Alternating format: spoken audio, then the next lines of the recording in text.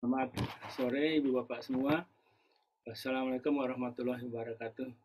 Kesempatan kali ini kita ditemani oleh Pak Pracoyo Dewo. Beliau ini CEO-nya Komatsu Indonesia. Saya kira Komatsu sangat terkenal dengan alat-alat berat. Tentunya ada merek lain, tapi kali ini kita bicara tentang Komatsu. Nah, saya sendiri juga awam dan kawan-kawan mungkin hanya mengenal, kalau kita kenal misalnya bulldozer, traktor, beku, paling ya sekitar-sekitar itu. Itu pun kalau kita menyebut kadang-kala juga tertukar-tukar dengan jenisnya. Nah, kita ingin dapat gambaran dari Pak Pracoyo Dewo ini biar kita lebih paham alat berat jenisnya, fungsinya, dan manfaatnya tentunya juga. Dan Bapak juga melakukan juga beberapa inovasi sehingga alat-alat berat yang dihasilkan oleh Komatsu ini banyak yang sudah sesuai dengan karakteristik yang dibutuhkan di Indonesia. Ini berbagai inovasi ini juga kita akan dengarkan juga dari Bapak. Silakan Pak Pracoyo Dewo. Ya, baik. Terima kasih. Assalamualaikum warahmatullahi wabarakatuh. Salam sejahtera untuk semua. Terima kasih Pak Wendy kesempatannya ini ya. Jadi untuk memperkenalkan alat berat ya. Khususnya kebetulan karena saya berada di Komatsu, jadi mungkin ada beberapa contoh lebih banyak yang kami sampaikan mengenai Komatsu. Sebetulnya sejarah alat berat sendiri, ini kita mulai ada manufacturing di Indonesia itu semenjak 1982. Jadi sebelum itu umumnya alat berat itu diimpor dalam keadaan utuh ya. Tapi kemudian 1980-an itu pemerintah mengencourage untuk membangun industri di Indonesia dan kami termasuk yang pertama dengan dua manufacturer yang lain. Di awal yang kami produksi itu bulldozer. Jadi pada waktu itu memang eranya infrastruktur dan logging ya. Jadi kenapa bulldozer? Mungkin nanti saya akan cerita lebih detail mengenai bulldozer dan mulai dari tahap full assembled ya. Jadi knockdown, kemudian semi knockdown, kemudian dirakit ya. Kemudian berikutnya adalah pemerintah pada waktu itu melakukan proteksi sebetulnya. Karena biaya masuknya itu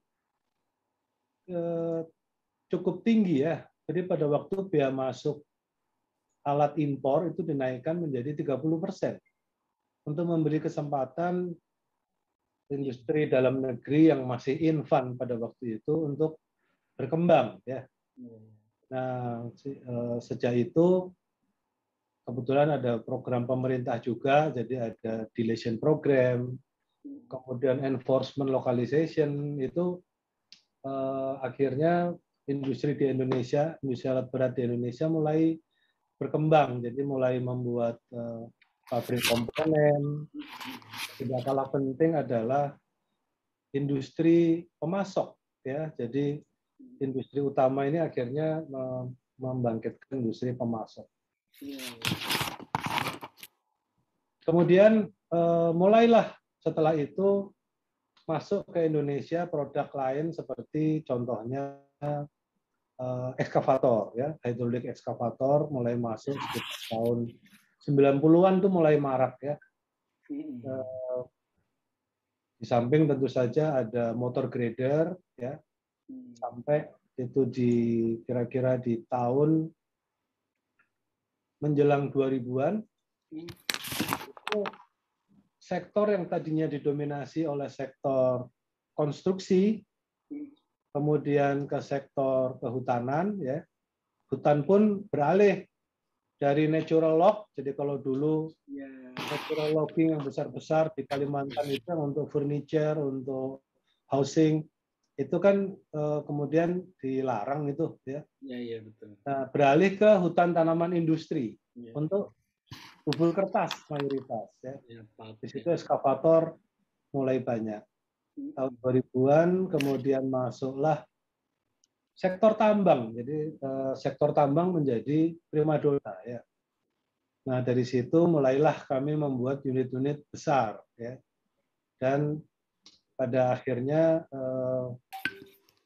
selain itu banyak keinginan untuk melakukan mekanisasi ya. Tren dari ke belakang ini lebih banyak ke misalnya mekanisasi pertanian ya, termasuk bagaimana persiapan kita menuju era smart construction. Ini yang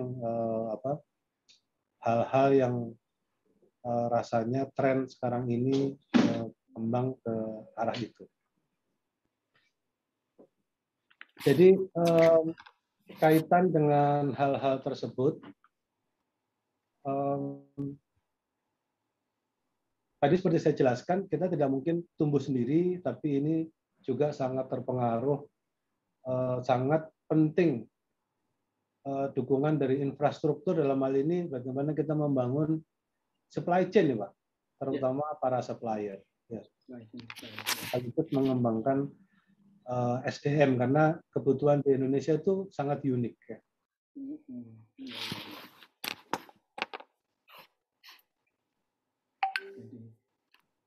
Dan beberapa produksi yang sekarang beberapa banyak jenisnya atau gimana kan kita? Ya, mungkin saya akan mulai sampaikan mengenai beberapa aspek. Kebetulan saya ada materi, mungkin boleh saya share Pak? Silakan. Ya, oke. Nah, sudah kelihatan ya, mungkin untuk teman-teman audiens ya. Jadi pertama mungkin awam mengenai apa sih bedanya alat berat dengan otomotif ya. Jadi yang jelas kalau alat berat itu kan memang alat produksi ya, yang memang dibutuhkan untuk memindahkan barang gitu ya. Jadi kalau namanya juga alat berat itu biasanya ukuran plat-platnya juga plat tebal ya. Kemudian dia itu secara fungsi karena dia memang butuh untuk operating load yang tinggi, maka bukan kecepatan tapi butuh torsi yang tinggi ya. Sedangkan kecepatannya dia speed itu biasanya cuma antara 5,5 kilo ya, kecuali yang pakai roda ya, wheel loader itu bisa 35 kilo. Sedangkan kalau otomotif itu kita tahu bahwa butuh kenyamanan, kecepatan ya. Plat-platnya pun tipis-tipis. Itu kalau produksi champion data itu bisa per pitch time-nya itu setiap 1 atau 2 menit itu bisa keluar 1 unit. Sedangkan kalau champion datanya kita yang mungkin para Bapak dan Ibu sering lihat di jalan-jalan itu kan ukuran ini 20 ton ekskavator tuh. Ya. Itu champion datanya kurang lebih keluarnya setiap 15 menit sekali. Ya, itu champion datanya. Jadi kurang lebih seperti itu. Nah, sementara kalau bicara masalah produksi, otomotif di Indonesia itu bisa produksi 1,2 juta per tahun ya. Sedangkan alat berat itu kita total produksi di Indonesia itu total ya, semua manufacturer itu produksi sekitar 10.000. Kapasitasnya ya. Real production itu sekitar 8.000-an yang pernah di-achieve. Ya, jadi sangat berbeda sekali. Ya. Nah, mengenai jenis-jenis produk mungkin kita bisa. Nah, ini produk yang kita buat di Indonesia, Pak. Seperti contoh tadi hidrolik excavator, ya kita biasanya menyatakan dengan weight-nya, ya. Jadi kalau orang bicara klasifikasinya apa itu weight ya. Jadi yang diproduksi di Indonesia itu dari 13 ton sampai ke 200 ton. 200 ton, Pak? 200 ton. Itu di gambar yang di sebelah itu kelihatan tuh adalah PC2000 itu operating weight 200 ton. Ini umumnya untuk tambang, Pak Win. Ya. Kemudian bulldozer kita ada 2 tipe yang diproduksi 17 dan 28 ton. Motor grader untuk perata tanah dan off-road dump truck ya. Itu berat kosongnya 70 ton. Tapi gross vehicle weight kalau misalnya dia diisi beban bisa 170 ton. Ini juga yang jarang kita lihat ya, mungkin adanya di perusahaan tambang yang ya, jadi biasanya setelah kami produksi di pabrik kami di Cakung Cilincing, itu kita tear down, Pak. Seperti 200 ton tuh kalau naik low bed trailer itu menjadi 4 konfigurasi dikirim ke pelabuhan. Kalau dump truck bisa dengan izin khusus itu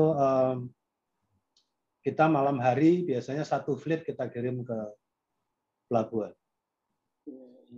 Nah, itu mengenai unit jadinya.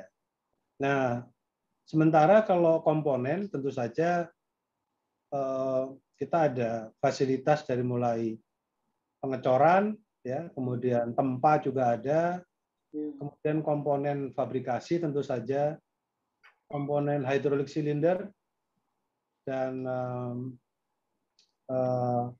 selain dari produk-produk yang untuk membuat unit jadi, kami di Komatsu Indonesia Group ini juga ada yang namanya remanufacturing. Remanufacturing. Jadi itu komponen yang biasanya ini dipakainya di pertambangan. Ya. Jadi komponen pertambangan setelah pada jam tertentu bisa 20 di masa-masa setelah overhaul. Biasanya kan di overhaul, kalau overhaul yang umum itu kan masa overhaul kemudian diturunin baru direkondisi, Pak. Kalau ini komponen tersebut kami remanufacturing, jadi dikembalikan ke kondisi baru dengan garansi seperti komponen baru. Jadi remanufacturing itu bagi kami sangat penting karena ini betul-betul akan punya peran besar pada carbon neutrality.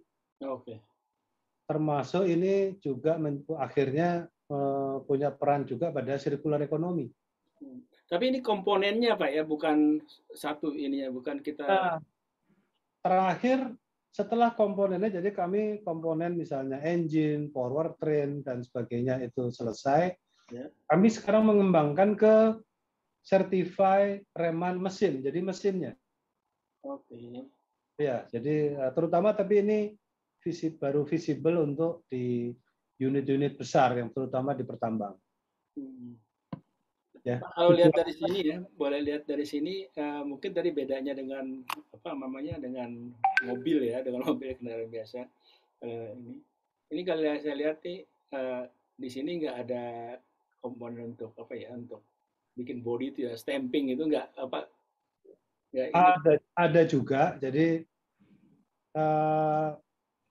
Jadi misalnya kayak di cover di plat-plat tipis.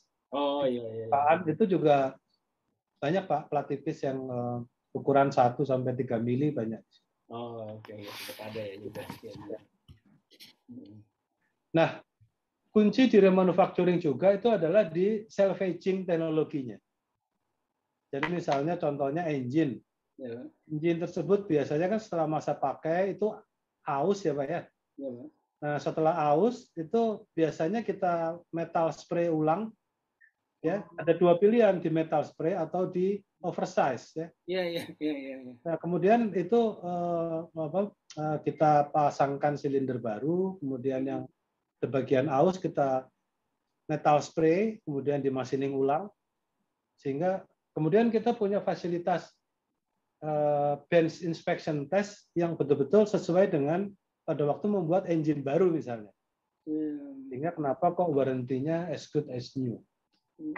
Itu menurut saya menurut kami ini ke depan remanufacturing menjadi sangat penting. Oh, oke. Jadi kalau misalnya Bapak supply ke pertambangan, setelah sekian jam atau sekian waktu hanya habis, dia harus direkondisi, Bapak lakukan remanufacturing, kirim lagi, balik lagi ke mereka, seperti itu ya. Iya, betul. Jadi Oh, menghemat, Pak. Kalau rekondisi biasa kan turun engine dulu, engine baru di rekondisi atau direman. Kalau ini remannya sudah siap, begitu saatnya overhaul, ini reman langsung terpasang. Jadi menghemat bagi customer juga akan terpakai, bagi user ini sangat menolong dari sisi lead time. Karena sekarang trennya kan mereka bicara bagaimana menurunkan life cycle cost. Ya, ini produk kami yang di luar dari produk unit ya. Tentu saja tadi yang seperti pengecoran itu juga 50%. 50% itu kami pakai sendiri, 50% lagi kita ekspor, Pak. Seluruh dunia. Baja tuang ini ya. Termasuk hydraulic cylinder itu juga sama. Kita pakai hanya 40%, malah sisanya kita ekspor ke seluruh dunia. Jadi Indonesia itu memang salah satu potensi untuk base manufacturing of heavy equipment komponen ya, terutama steel casting, fabrication part, itu kita punya potensi besar. Ini material bajanya dapat dari... Nah, material bajanya kan mayoritas kita pakai sisa nesting ya, sisa nesting potongan pada waktu kita membuat part fabrikasi. Ya, jadi itu kan ada kurang lebih 30%, 30%-nya itu kemudian kita lebur ulang. Ya. Kita lebur dan menjadi komponen pengecoran. Ya. Mungkin saya lanjut, Pak. Jadi tadi setelah produk, kemudian selanjutnya adalah saya ingin bicara mengenai kenapa kok pada akhirnya selain rutin produksi yang kita lakukan, tapi kita perlu melakukan inovasi ya. Jadi seperti saya sampaikan tadi, alat berat di Indonesia ini ada 4 sektor ya. Mulai sektor konstruksi, terutama untuk infrastruktur misalnya, sektor perkebunan itu mayoritas kelapa sawit ya. Dan sekarang ini kita mencoba juga melihat ke penyediaan lahan untuk padi ya. Kemudian sektor berikutnya adalah hutan tanaman industri ini, ya, yang mana ini untuk bubur kertas dan tentu saja pertambangan ya. Pertambangan kita bagi dua, yang sekarang mayoritas masih batu bara, tapi ini ada tren menuju nikel ya. Jadi, nah kalau Bapak bisa lihat di situ itu ada graf mengenai tren demand, Pak. Pada waktu berdiri tahun 80-an, demand itu sekitar level di bawah 5.000. Kemudian sebelum krisis 98 itu pernah mencapai puncak di 8.000-an. Ini seluruh manufacturer, Pak, ya, bukan hanya... Seluruh manufacturer, jadi demand, Pak, permintaan. Nah, kemudian setelah krisis bertahap naik, dan Bapak bisa lihat juga bahwa trennya bergeser dari warna konstruksi yang biru, kemudian menjadi warna merah tuh, ya. Ya, gitu tambang itu. Tambang itu memang luar biasa kenaikannya, tapi juga turunnya luar biasa. Fluktuatif ya. Fluktuasinya luar biasa. Ya, jadi kalau ini karakter dari bisnis alat berat di Indonesia itu adalah sharp fluctuation. Dan kemudian kondisi pasar yang seperti ini, bagaimana kita harus secara cepat dan juga fleksibel nih, ya, mengikuti perubahan ini, ya, termasuk tren sekarang ya. Nanti mungkin banyak hal-hal yang ingin kami sampaikan, termasuk bagaimana menghadapi tren karbon netral misalnya ya, itu menjadi tren baru. Nah ini perlunya inovasi. Nah, mengenai inovasi produk ya, ini ingin yang unik di Indonesia nih Pak. Ya. Tadinya forestry itu butuh banyak tenaga kerja, yang mana mereka itu dari mulai motong yang disebut dengan chainsaw man itu ya, kemudian dari tempat tebang itu dipanggul Pak.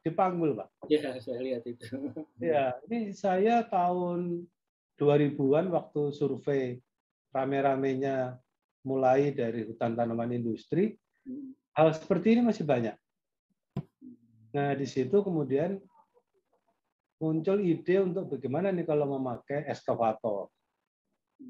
Nah, pada waktu itu juga banyak dari manufaktur alat berat tidak mungkin eskavator itu dipakai di tengah hutan dengan jalan berlumpur, kemudian dipakai menarik kayu. Ya, jadi tapi customer punya ekspektasi lain bahwa yang bisa justru eskavator. Jadi eskavator untuk skidding itu ya baru di Indonesia tuh. Nah, sehingga kami melakukan inovasi kan, termasuk undercarriage-nya, rantainya itu kita pertebal ya. Strukturnya dibikin kokoh karena itu memang luar biasa. Dan akhirnya eskavator menjadi salah satu alat penting untuk industrial forest. Iya, menarik. Iya. Nah, sekarang rupanya juga sulit mencari orang untuk bekerja di situ. Nah, sehingga mekanisasi menjadi perlu, di samping memang butuh productivity. Nah, sehingga alat-alat yang seperti contoh tadi di mekanisasi kehutanan itu ada misalnya shearhead ya. Shearhead itu tangkap sekaligus potong kayu. Di-shear dengan cara di-shear. Tapi ada juga yang lebih modern dari situ, lebih lengkap adalah dengan harvester. Jadi dia ditangkap, kemudian dipotong, dikuliti sekalian. Jadi dikuliti kemudian dipotong sesuai ukuran. Nah, itu sangat mempercepat dan produktivitinya meningkat berkali lipat. Dan ini memang didesain, didevelop oleh engineer kami, Pak. Karena memang unik application di Indonesia. Sementara teknologi untuk head-nya sendiri memang kita banyak bekerja sama dengan Komatsu Forest yang ada di Skandinavia ya, di Swedia. Jadi mereka kan memang unggul di industrial forest, tapi tidak memakai eskavator. Jadi kalau untuk pakai wheel type tidak cocok di area di Indonesia, sehingga itulah uniqueness yang di Indonesia. Dan ini cukup lumayan Pak, ini share sektor ya, sektor share dari sektor konstruksi ini lumayan sekitar 15-20%. Ya. Ini di kehutanan atau forestry ya. Kemudian berikutnya adalah ini yang kita lirik sekarang ya. Kita menyadari bahwa yang namanya pertanian ini juga akan jadi perlu ini ya. Jadi kita masih dalam tahap awal untuk bagaimana bulldozer ya itu bisa membantu mempercepat persiapan lahan. Skema ini di negara maju, di Jepang terutama, ini sudah terbukti berhasil baik. Ya, karena memang situasi di sana juga kan petani itu sangat produktif ya. Nah, sementara di kita banyak area-area yang terutama yang swampy itu sulit kalau dilakukan baik dengan manual maupun dengan alat lain, sehingga bulldozer diharapkan jadi solusi. Ini kita selain persiapan, kita juga persiapkan juga untuk sekaligus penebaran benih. Nah, sehingga harapannya yang tadinya cuma mungkin 1-2 kali penanaman, dengan kecepatan persiapan lahan yang lebih cepat, penanaman ya yang kurang lebih bisa 25% dari cara manual, sehingga bisa 3 kali atau bahkan 4 kali masa tanam. Ini boleh tanya Pak Awam nih Pak, yang Ya, Pak. paling atas nih manual sama mekanisasi. Ya. Itu kelihatannya kan doser itu kan berat Pak ya, malah ini apa nggak berakibat malah memadatkan awamnya gitu, malah tanahnya menjadi semakin ya gitu. Betul Pak. Ini memang kenapa kok bulldozer ini kita pakai dengan tapak yang lebar Pak? Oh, okay. Supaya ground pressure-nya rendah. Okay. Ya. Sehingga untuk yang semakin tanah yang semakin rawa, yang semakin dalam, itu ada kita pakai tapak yang lebih lebar lagi. Tujuan adalah mencari ground pressure. Dan sekaligus itu di belakang tuh ada semacam pemutar tanah, jadi sekaligus seperti yang dilakukan di seperti manual itu. Itu kira-kira. Dan satu lagi, sekarang kita lagi memasuki mencoba ya, karena leveling itu juga penting Pak, kerataan. Ya, nah itu sehingga dengan bulldozer ini diharapkan bisa mencapai kerataan. Ini sudah dicoba di beberapa tempat, baik di daerah Palembang, kemudian di Kalimantan Selatan, bahkan di Merauke. Ini juga dicoba dengan berbagai lahan ya, termasuk di Sulawesi Tenggara. Untuk ini juga kami di salah satu fasilitas kami di Cibitung, Pak, ada pabrik kami juga. Kami punya mendirikan agro dan forestry training center ya, supaya kita bisa eksperimen kecil di situ. Supaya tahu karakter sampai biarpun itu kecil, tapi ada sense lah untuk para engineer kami bahwa ada semacam kayak test bed untuk tapi skala kecil ya. Itu kalau proving ground harus di tempat yang sebenar. Ya, itu untuk mekanisasi pertanian di padi. Nah, selain produk, proses juga perlu Pak di-improve ya. Jadi salah satunya seperti saya sebutkan bahwa kami ada pabrik pengecoran. Nah, di pabrik pengecoran ini sering ada quality problem. Kalau orang pengecoran nyebutnya ada inklusi pasir, atau mungkin cacat karena cetakannya nggak pas gitu ya. Nah itu karena itu pengecoran itu kan sayang karena butuh energi tinggi untuk menghasilkan produk. Kalau dia defect, itu rasanya akan terjadi wasting yang luar biasa. Nah ini kita coba dengan image analyzing ya, jadi dengan olah citra itu dicetakan itu kita rekam, kita collect data, sehingga kalau ada ketidaksempurnaan, sistem ini akan melakukan interupsi. Jadi tahap awal warning bahwa ada yang tidak beres dengan cetakan, kemudian kedua tidak bisa ke proses berikutnya. Itu ya, jadi kita nyebutnya molding verification quality system. Ya. Ini memanfaatkan toward the 4.0 juga nih. Sekarang memang itemnya kita tambah terus, jadi dia butuh belajar lagi. Setiap nambah item dia harus belajar. Kayak machine learning lah ya. Ya, kita coba arahkan ke sana. Sekarang sih baru kita masukkan macam-macam data karena ada cetakan bergeser sedikit kan dia harus sensitif ya. Berikutnya adalah salah satu consumer terbesar energi itu adalah di proses peleburan. Nah, rupanya kami pelajari juga bahwa di proses peleburan itu pentingnya untuk memindahkan voltage dan settingan voltage dan ampere. Itu biasanya kalau kita terlambat, susah mendeteksi.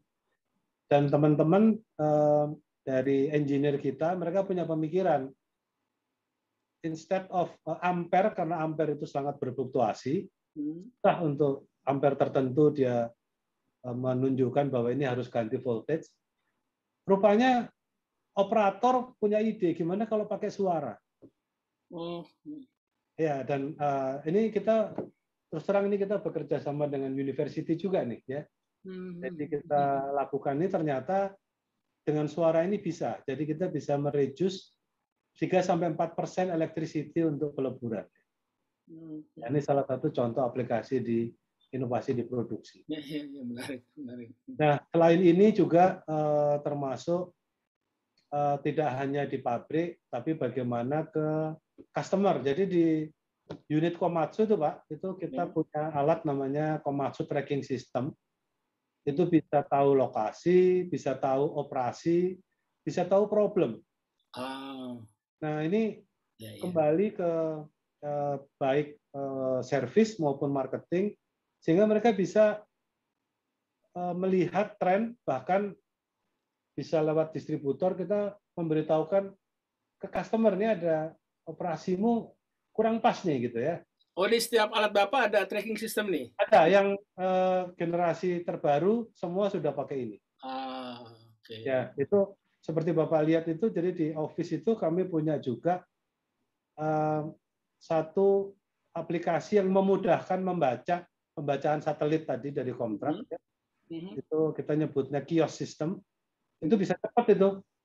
Ini boleh tanya, ini tracking sistemnya apa aja Pak? Hanya engine saja atau termasuk mekaniknya yang semuanya? Macam-macam Pak. Jadi misalnya dari engine function, kemudian hydraulic function.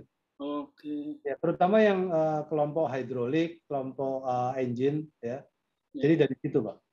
Kalau yang sifatnya kayak difabrikasi, susah, belum kita belum ke arah sana. Ya. Jadi ini salah satu keunggulan dari Komatsu produk. Dan yang kami lakukan di sini adalah bagaimana mempercepat analisisnya. Ya, ini kita nyebutnya salah satu tools untuk proactive quality. Jadi artinya juga orang ya membeli alat Bapak, mengoperasikan alat Bapak, apa tuh komunikasi 200 atau minimal tracking dari Bapak terhadap kualitas produk Bapak itu, kinerja produk Bapak, terus Bapak pantau ya? Iya Pak, Okay. Iya.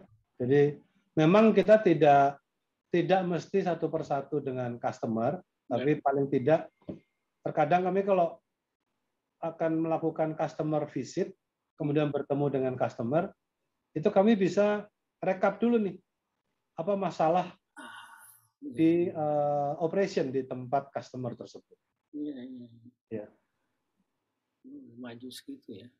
Nah, ini kemudian berikutnya adalah termasuk kita lari ke traceability data, Pak. Yang sebelumnya, Pak. Jadi traceability data kita dengan check sheet online itu per unit itu kan waktu itu ada setiap line produksi itu ada quality requirement dengan standarnya. Itu kita input jadi per serial number, kalau ada problem kita bisa cepat melihat apa yang terjadi di serial number ini, apa riwayat produksinya, dan kita bisa feedback ke pabrik komponennya gitu ya. Ini yang terjadi. Ya, kemudian tidak hanya itu Pak, inovasi lain adalah terkait dengan difabrikasi supaya lebih efisien. Di supply chain kita manfaatkan dengan kita nyebutnya Dantotsu line. Dantotsu itu sebetulnya istilah di Komatsu untuk unique and unrivaled ya. Jadi yang sesuatu yang unik dan tidak tertandingi. Nah, untuk produktivitas di flow proses itu dari mulai supplier sampai ke proses akhir itu di komponennya kita pasang RFID. Kemudian setiap penggantian dari proses subproses ke subproses itu nanti operator tinggal scan, kemudian kita akan bisa tahu lead time-nya dari masing-masing itu actual-nya berapa. Dari situ kita bisa dengan cepat menganalisa, oh ada bottleneck di sini nih, gitu ya. Termasuk di inspection, mereka akan memasukkan hasil dari ultrasonic check quality produk itu ngetrace ke waktu di RFID, waktu di scan itu ketahuan operatornya siapa. Sehingga dari situ kita bisa mengimprove operator. Oke. Ya, jadi ini salah satu inovasi yang kita upayakan di produksi. Ini padahal line production-nya tidak hanya di tempat Bapak, karena Bapak tadi bilang ada juga dari apa namanya supplier komponen yang dari Bapak, bagian dari supply chain Bapak. Iya, betul. Jadi kan ini ada semi finish yang dari luar, Pak. Ya. Nah, yang tahap ini kita sedang persiapan, Pak. Jadi masalahnya tidak mudah karena menyangkut logistik. Kita ingin mengukur juga termasuk lamanya logistik. Jadi persiapan di supplier, logistik ke sini, ya. Itu kita ingin ukur juga. Jadi kita sekarang ini masih fokus di area di in-house kita. Kemudian salah satu upaya carbon neutrality tadi saya sampaikan di contoh energy reduction di peleburan, tapi kita juga mulai menerapkan memakai pembangkit listrik tenaga surya nih. Ya, jadi di beberapa roof ya, rooftop dari pabrik itu kita pasangkan supaya bisa mengurangi pemakaian energi dari PLTU. Termasuk kita lagi berpikir bagaimana memanfaatkan biomas ya. Dan kita juga banyak cerobong dari dust collector nih, Pak. Nah, itu kami lihat ada potensi sisa dorongan angin ya. Nah, kita berpikir bagaimana kalau dipasang mini turbine untuk menghasilkan listrik biarpun kecil ya. Ini beberapa ide inovasi yang dari kita sedang kembangkan. Nah, memang pada akhirnya untuk ini semua, Pak, ini perlu penguatan nih, Pak. Ya. Jadi SDM-nya yang memang jadi kunci nih, Pak. Ya. Sehingga di kami itu memang ada selain skill, kita punya yang namanya Takumi Training Center. Takumi itu kami sebut tempatnya para empu. Ya, jadi orang-orang yang memang qualified, punya high skill, kemudian punya menjadi role model, itu kita nyebutnya, mereka kita beri gelar empu. Nah, itu adanya di Padepokan Takumi ini. Nah, mereka itu waktu itu juga menjembatani untuk membuat standar kompetensi kerja, Pak. Bahkan ini bisa dikembangkan menjadi SKKNI ya. Kemudian di bidang manajemen dan engineering kita juga punya manajemen development ya. Dan kita juga banyak berkolaborasi dengan perguruan tinggi, Pak. Ya, jadi, menurut kami ini penting ya. Jadi tidak hanya dalam bentuk pengajaran tapi R&D penelitian bersama ini akan men-trigger juga ini. Jadi baik kedua pihak ya. Jadi mungkin ada manfaat yang bisa diberikan ke perguruan tinggi, tapi yang jelas kami juga para engineer, staf ini kami. Ini di mana, Pak? Lokasinya? Ya, Pak? Lokasinya di mana ini? Ini di Cilincing, Pak. Oh, di tempat pabrik Bapak juga situ? Iya, di sini, Pak. Jadi ini untuk Komatsu Group Indonesia. Oke. Oh, jadi semacam kalau orang sekarang bilang ya kayak University Alat Berat atau Komatsu University. Ini kenapa kok akhirnya kita nyebutnya juga Corporate University, Pak? Corporate University. Iya. Ya. Jadi tujuannya sih supaya align. Memang tidak hanya untuk kami, Pak, tapi termasuk pentingnya SDM untuk ini, Pak, untuk supplier, Pak. Iya. Kami menganggap ya kami punya namanya Komatsu Way. Di Komatsu Way itu ada pilar, salah satunya collaboration with business partners. Dan business partners itu adalah salah satunya adalah supplier, pemasok. Sehingga concern kami juga untuk kemajuan supplier. Ada beberapa program, Pak, yang bisa kami share di sini. Ya, kita juga kita ada link and match juga nih terkait waktu kita merekrut karyawan baru. Jadi kami punya link and match dengan sekarang ini 40, tapi kita akan kembangkan total menjadi 50 SMK di Jawa ya, dan 1 di Lombok. Ya, jadi SMK itu kita bekali dengan kurikulum. Jadi kita punya MOU dengan mereka, kemudian kita rundingan nih kurikulum alat berat kayak gini supaya ngeling, karena kami identifikasi lulusan SMK itu butuh training cukup lama ya. 2 bulan in class, kemudian ada 4 bulan OJT. Cukup lama kan, Pak? Nah, sehingga kita perkenalkan kurikulum yang berbasis pada SKKNI tadi, di-share ke SMK, ke guru-gurunya, kurikulum dari mulai mereka kelas 1, 2, 3 SMK, 10, 11, 12. Termasuk ada kurikulum yang kita beri nama Komatsu Class, yang sebetulnya itu berbasis karakter industri. Nah, ini sangat menolong karena kita juga bisa meng-hire dengan cepat. Dan yang ngajar itu tidak hanya instruktur ini, tapi termasuk kita nyebutnya silver expert ya.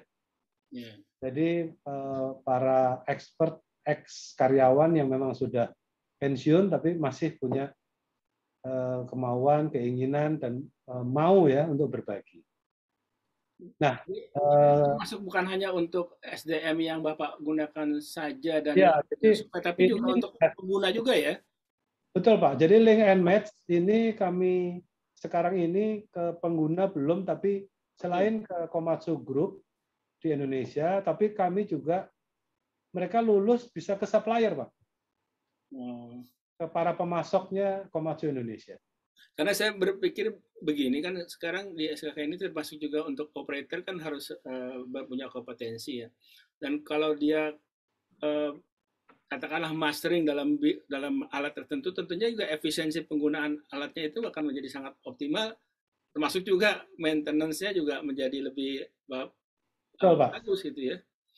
Nah, kebetulan sekarang kami lebih fokus ke yang bidang manufacturing-nya. Oh gitu. Sedangkan yang untuk ini kebetulan distributor kami itu United Tractor, mereka sudah punya Pak. Oh gitu. Ya, untuk pendidikan mekanik ya, jadi operator dan mekanik, sehingga kami berbagi Komatsu kita lebih fokus kepada di sektor manufacturing-nya. Oh begitu ya, baik. Ya. Nah, kemudian terakhir mungkin yang kaitan dengan supplier, jadi kemampuan pemasok ini kita sharing mengenai manajemennya, kemudian kita juga berafiliasi dengan asosiasi profesi, misalnya asosiasi pengecoran atau asosiasi pengelasan, kan banyak instruktur yang qualified di sana Pak. Iya Pak. Ya, kemudian ini kita juga didukung perindustrian Pak untuk gathering suppliernya. Kurikulumnya kita buat supaya bisa hands on ya, theoretical maupun jadi targetnya mereka menjadi trainer Pak, dan menghasilkan produk. Sebab kalau cuma hanya in class training kadang-kadang lupa ya, tapi kita punya metalworking, termasuk kita juga sampaikan mengenai bagaimana QC sense ya, QC sense itu perlu ya. Ya kira-kira ini Pak, ini menurut saya ini bukan inovasi dalam arti ininya, tapi inovasi bagaimana pengembangan SDM secara utuh di total supply chain. Rasanya ini Pak yang bisa. Gitu Pak. Ya, baik. Terima kasih Pak. Jadi boleh nggak saya menekan bahwa Bapak ini ibaratnya mengupayakan tumbuh bersama si supplier, si supply chain itu untuk tumbuh. Dan Bapak bina itu, dan semakin banyak tumbuh supplier di dalam negeri ini juga saling menguntungkan. Iya. Apakah ada maksud ini aja ya, katanya di beberapa produk, komplainnya kita tidak bisa Pak bikin manufacturing di sini karena kenapa? ekosistem dari supply chain kita masih belum cukup untuk mendukung, karena sebagian besar kita akhirnya harus dari impor sehingga tidak kompetitif kami gitu. Nah, kalau dengar-dengar begitu dari itu gimana Ya, Bapak hadapi? memang tadi seperti saya sebutkan bahwa skala ekonomi menjadi penting, Pak. Oke. Skala ekonomi. Jadi sebagai contoh engine, Pak ya. Jadi kalaupun satu perusahaan alat berat kita memproduksi 3.000 unit setahun, Pak ya. 3.000 unit setahun berarti kan 250 unit per bulan ya. Tapi itu pun terbagi dalam berbagai model, Pak. Iya. Contohnya di Komatsu kami membuat 10 model. Sehingga kan cuma 25 per bulan ya. Nah, skala ekonomi itu nggak dapat. Nah, sehingga di alat berat umumnya key komponen itu memang decentralized. Supaya kebutuhan global. Nah, sehingga tapi di sisi lain di mana kompetitif itu bisa berkembang. Sebagai contoh, Komatsu Indonesia menjadi source dari kebutuhan global kelompok untuk fabrikasi, kelompok hidrolik silinder. Itu kita ekspor ke Jepang, ke Italia. Ya. Kami juga punya pabrik undercarriage ya, jadi salah satu subsidiary Komatsu Undercarriage Indonesia itu juga ke seluruh dunia. Jadi sistemnya seperti itu, Pak. Sistem seperti itu. Ya mau nggak mau kita pandang supply chain itu secara internasional ya, nggak bisa fokus hanya membatasi hanya dari domestik, nggak bisa ya kalau mau survive. Pada akhirnya berujungnya pada competitiveness. Iya, betul. Karena ujung-ujungnya lari ke customer juga kan. Iya, betul. Ya, jadi sekarang ini betul-betul sudah market driven, customer driven ya. Jadi competitiveness itu penting dan itu harus mendrive kita produksi di Indonesia untuk lebih kompetitif. Bagaimanapun, tapi kalau bicara overall mengenai tingkat kandungan lokal, Pak, ya, Pak, itu kira-kira range-nya bervariasi antara 45-50%.